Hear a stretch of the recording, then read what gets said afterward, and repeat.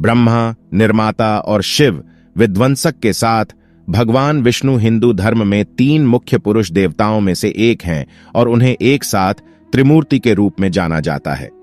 त्रिमूर्ति का एक हिस्सा होने के नाते उन्होंने 10 अवतार लिए हैं और भगवान विष्णु के 10 अवतार या दशावतार वे कई रूप हैं। जब भी ब्रह्मांड उथल पुथल में था, विष्णु के प्रत्येक अवतार का एक ही उद्देश्य था जिसे उन्होंने विभिन्न तरीकों से प्राप्त किया।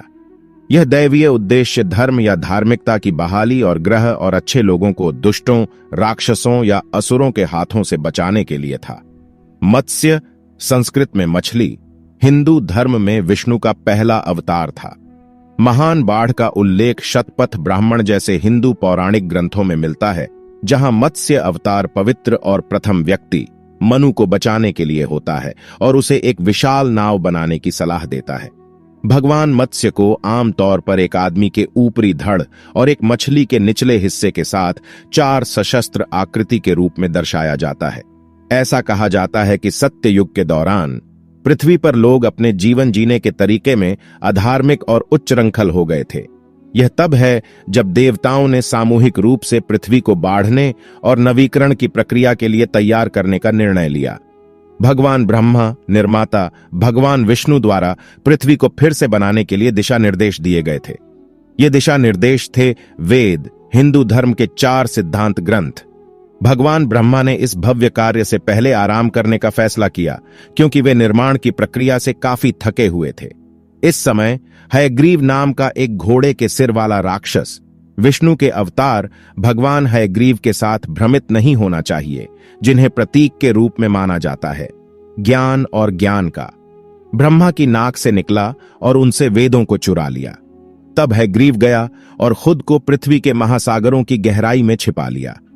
इस बीच सत्यव्रत नाम का एक धर्मपरायण राजा, जो भगवान विष्णु का बहुत बड़ा प्रशंसक था, नियमित रूप से भगवान विष्णु की पूजा करता था और उनसे मिलने की इच्छा रखता था। इसलिए भगवान विष्णु ने मनु के पास जाने का फैसला किया। मत्स्य पुराण के अनुसार कहानी इस प्रकार है।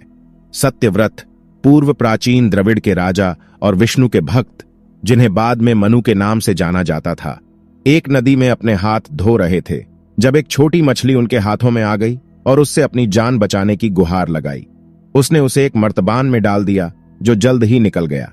फिर उन्होंने इसे एक टैंक, एक नदी और अंत में समुद्र में ले जाया, लेकिन कोई फायदा नहीं हुआ।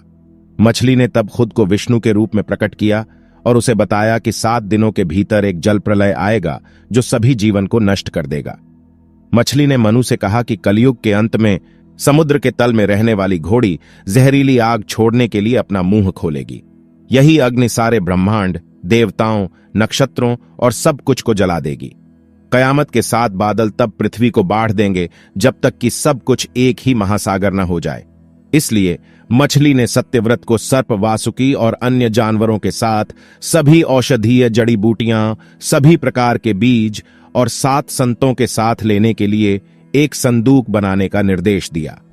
जैसे ही बाढ़ का समय निकट आया, मनु का संदूक पूरा हो गया। जैसे ही बाढ़ भूमि पर बह गई, मनु ने विष्णु से पूछा कि मानव जाति को इस तरह के घातक भाग्य का सामना क्यों करना पड़ा, जिस पर मत्स्य विष्णु ने मनु से कहा कि वह एकमात्र नैतिक व्यक्ति जीवित है और वह भविष्य की पीढ़ियों का पिता होगा।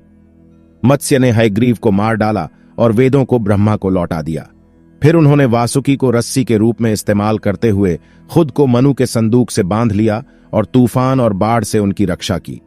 जब तूफान समाप्त हो गए और पानी कम हो गया, मत्स्य विष्णु ने मनु और अन्य लोगों को हिमालय पर छोड़ दिया, जहां वे फिर से मानव सभ्यता शुरू कर सकते थे।